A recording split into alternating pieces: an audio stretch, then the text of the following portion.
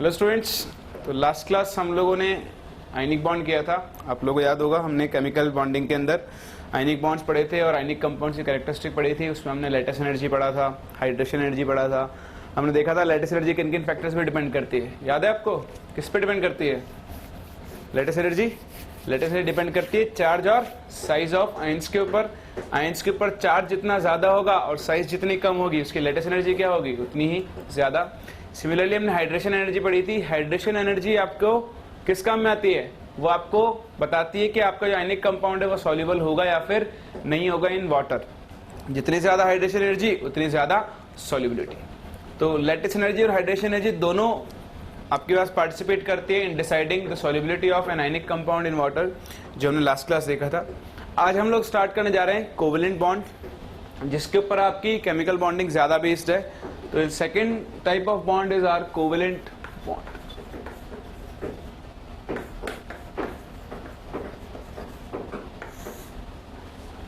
तो आप अच्छी तरह जानते हो कोवेलेंट बॉन्ड क्या होता है। आपने छोटी क्लासेस में बचपन में मतलब बहुत बार पढ़ा है कि कोवेलेंट बॉन्ड क्या होता है।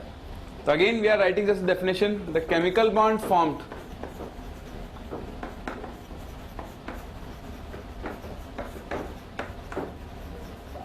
by mutual sharing of electrons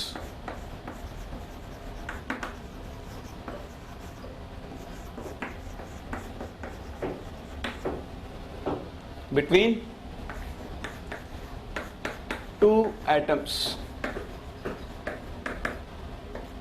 दो एटम्स के बीच में अगर इलेक्ट्रॉन्स की म्यूचुअल शेयरिंग हो रही है तो वहां जो आपके पास बॉन्ड फॉर्म होता है, that bond is called a covalent bond। The bond formed by the mutual sharing of electrons between two atoms is called a covalent bond।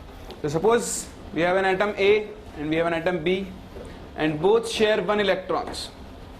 If these two are sharing one electron each, then there will be a bond formed between them which is called a covalent bond। आपने बहुत बार पढ़ा है। For example HCl, hydrogen के पास एक electron होता है, chlorine के पास 7 electrons होते हैं। तो क्लोरीन हाइड्रोजन के साथ एक इलेक्ट्रॉन शेयर करता है और क्या बनाता है? एक covalent bond. This type of bond in which is formed by mutual sharing of electrons is called a covalent bond. Now will talk about the conditions for forming a covalent bond. So write down the conditions for forming a covalent bond। See, there is one and only condition, that the electronegativity difference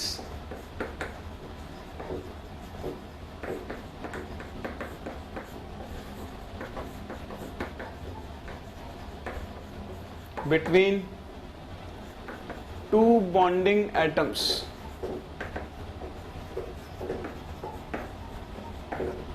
either should be 0 और very small.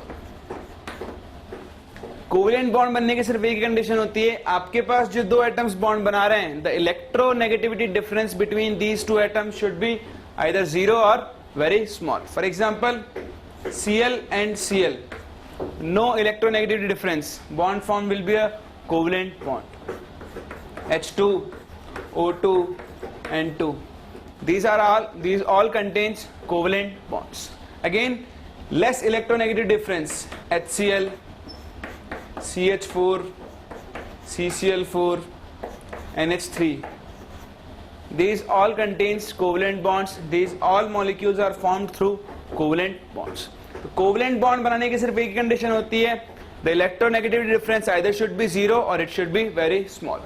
In general, if you want to classify, we'll say if delta En is electronegativity difference is less than 2.1, then bond formed will be a covalent bond। And if delta En is greater than 2.1, then bond will have some ionic character or it will be called an ionic bond। तो एक rough idea अगर हम ले तो आपके पास जो दो elements हैं उनकी इलेक्ट्रोनेगेटिविटी का डिफरेंस 2.1 से हमेशा क्या होना चाहिए? कम। तो आपके पास जो बॉन्ड बनेगा वो कैसा बॉन्ड होगा? एक covalent bond. Basically covalent bonds are formed between two non metals. We can see here the bonds are found between two non-metals. Because जो metal और non-metal में बनता है वो कौन सा bond होता है? Ionic bond. जो दो non-metals के बीच में बनेगा वो bond कैसा होगा आपके पास? Covalent bond. So this is covalent bond, and there is only one condition for the formation of covalent bond, and that is the electronegativity difference should be very small. Now we'll talk about characteristics of covalent compounds. If we talk about characteristics,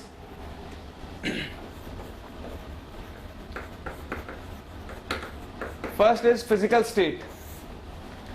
These type of compounds can exist in all solid, liquid and gaseous states. I'll give you some examples of each state. Solid, for example, graphite.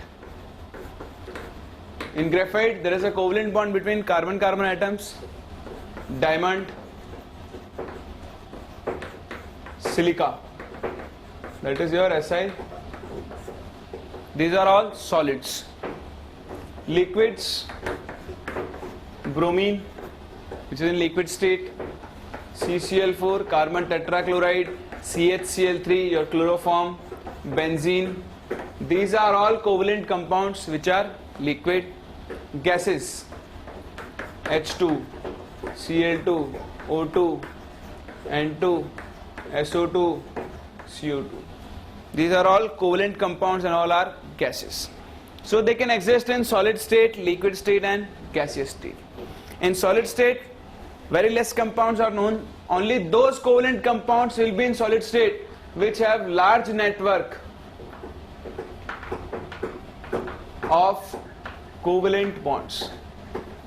Like in diamond, graphite, you have many number of carbon atoms which are connected through covalent bonds. That is why these compounds exist in solid state. Those molecules which have higher molecular weights, they have stronger forces of attraction. They have large force of van der Waals attraction between these molecules. So they can exist in liquid state. And further gases, molecules with lower atomic mass, lower molecular masses will exist in gaseous state. So if we talk about physical state, they can exist in solid, liquid and gaseous all states. Second one, melting points and boiling points. Their melting points and boiling points are lower than ionic compounds. Since in ionic compounds close packing was more, in these compounds close packing is less. So their melting points and boiling points are lower. But in general, if we talk, boiling points increases with increase in molecular mass. As the molecular mass of a compound increases, its boiling point will also increase. There will be some exceptions, we'll study in them in this chapter alone. So in general, we'll say that boiling point of any compound will be directly proportional to molecular mass. As molecular mass increases, the van der Waals force between the molecules increases, so the boiling point of compound will also increase. If we talk about third term is solubility. See, covalent compounds are soluble in non-polar solvents. See, we'll apply a principle which says like dissolves like. Later in this chapter, we'll study polar and non-polar compounds. You will understand this thing there.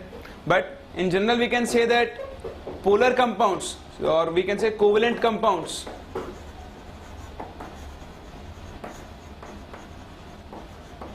are insoluble in water.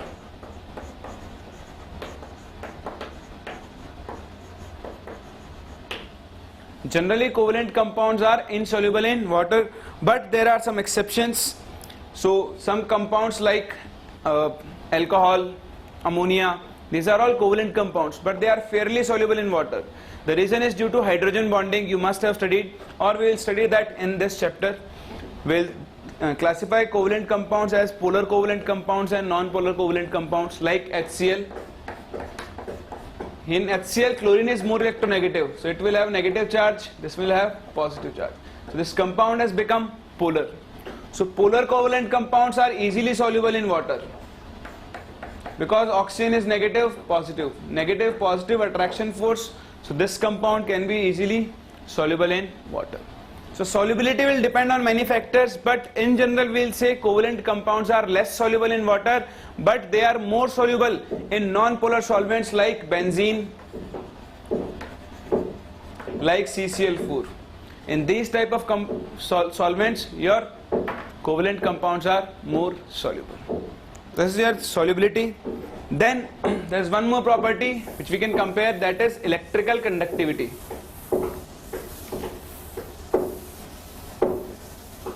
In general, the compounds, covalent compounds, do not have free electrons. Since they do not have free electrons, they are bad conductors of electricity.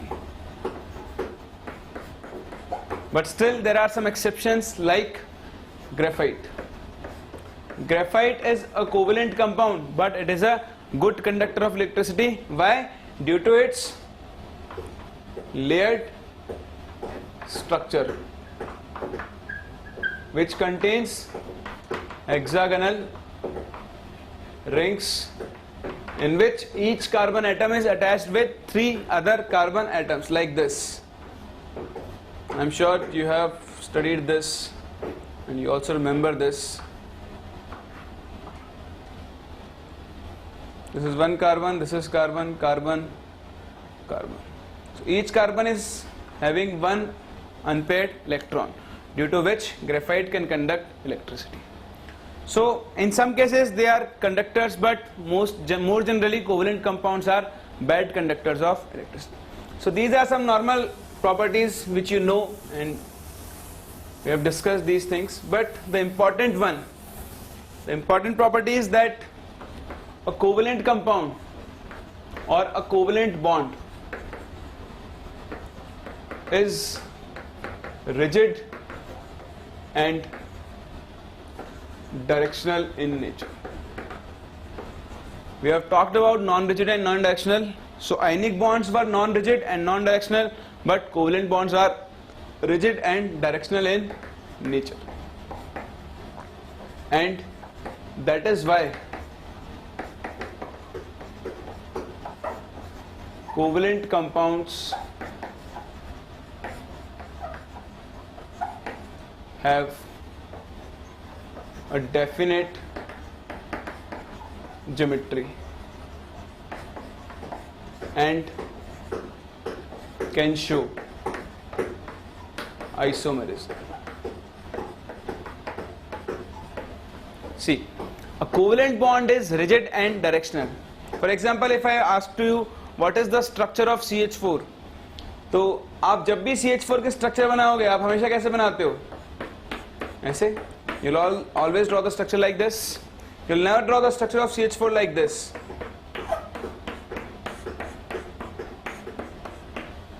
Never. Why? Because the structure, the geometry of CH4 is tetrahedral. So you'll always draw CH4 like this.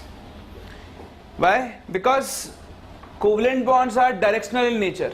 This CH bond will form only in this direction. It cannot be formed in this direction. It cannot be formed in this direction. Covalent bonds are always directional in nature. They will be aligned in a fixed direction at a fixed angle. उसके अलावा और किसी भी direction में और किसी भी angle में अपने आप को अलाइन नहीं कर सकते. Similarly, rigidness. If a covalent bond is formed between Cl and Cl or C and H, Cl and Cl cannot come closer than this distance. It's the maximum closest distance up to which these two Cl atoms can come close. Similarly, carbon and hydrogen cannot come closer than this distance, and this distance is called the bond length. So a covalent bond is directional and rigid in nature. Their characteristic is their bond length, which is that these two atoms cannot come closer than this distance. So this is the important characteristic of covalent compounds which we will be using, and which this characteristic differentiate covalent compounds from ionic compounds. Covalent compounds की कोई ना कोई geometry होती है, जबकि ionic compounds की कोई geometry नहीं होती है. आपने आज तक नहीं सुना होगा NaCl की ज्योमेट्री लीनियर होती है या टेट्राहेड्रल होती है, बट वी डू से CH4 is tetrahedral, CO2 is linear, NH3 is pyramidal. That is why, because covalent bonds have directional nature and they are rigid in nature. So these were some important characteristics of covalent compounds. Now we'll be studying in detail these characteristics, the solubility, the boiling points, melting points, We'll be studying them in this chapter. Next, third type of bond. The third type of bond is, or before that I'll talk about the strength of a covalent bond. This is important, strength of a covalent bond. See, the strength of a covalent bond depends on its bond energy. And what is bond energy? You know, bond energy is energy required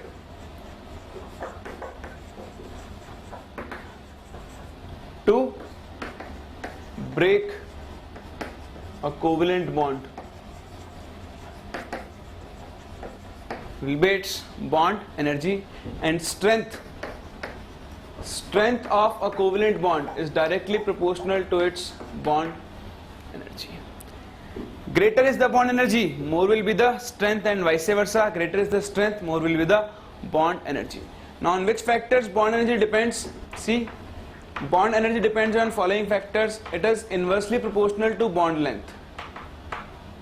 Greater is the bond length. Bond length is the maximum distance up to which these two atoms can come closer. So as bond length increases, bond energy will decrease, so on strength will decrease. For example, if I take these two chalks, which one is easier to break, this one or this one? Obviously this one, because this is smaller. A smaller chalk takes more energy to be broken. Same is the case. Greater is the bond length, lesser will be the bond strength and lesser will be the bond energy. जैसे जैसे आपके पास bond की length बढ़ती जाएगी, bond दो atoms की जो distance भी क्या होगी, बढ़ेगी, अट्रैक्शन फोर्स क्या होगा, कम होगा, तो बॉन्ड की स्ट्रेंथ क्या हो जाएगी, वीक हो जाएगी. So greater is the bond length, lesser will be the bond energy, lesser is the bond energy, lesser will be the bond strength. Second, it is directly proportional to bond order. What is bond order? Bond order is number of bonds formed.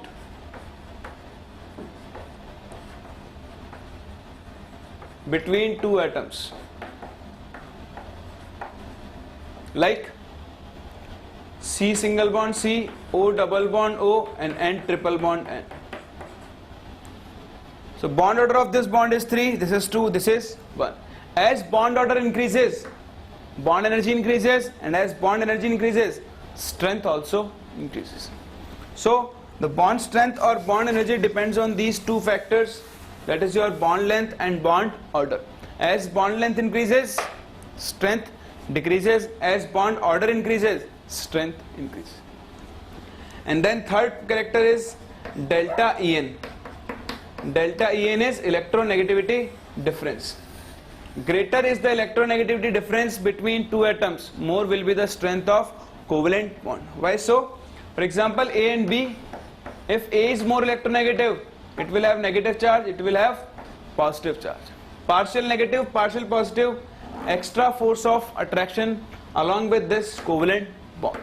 So due to this extra force of attraction, the strength of this AB bond will be increased. So greater is the electronegativity difference between two atoms, more will be the strength of bond. So these are some factors on which the strength of a covalent bond depends: bond length, bond order, and electronegativity difference. So this was all about the introduction of a covalent bond. The next type of bond is our coordinate bond.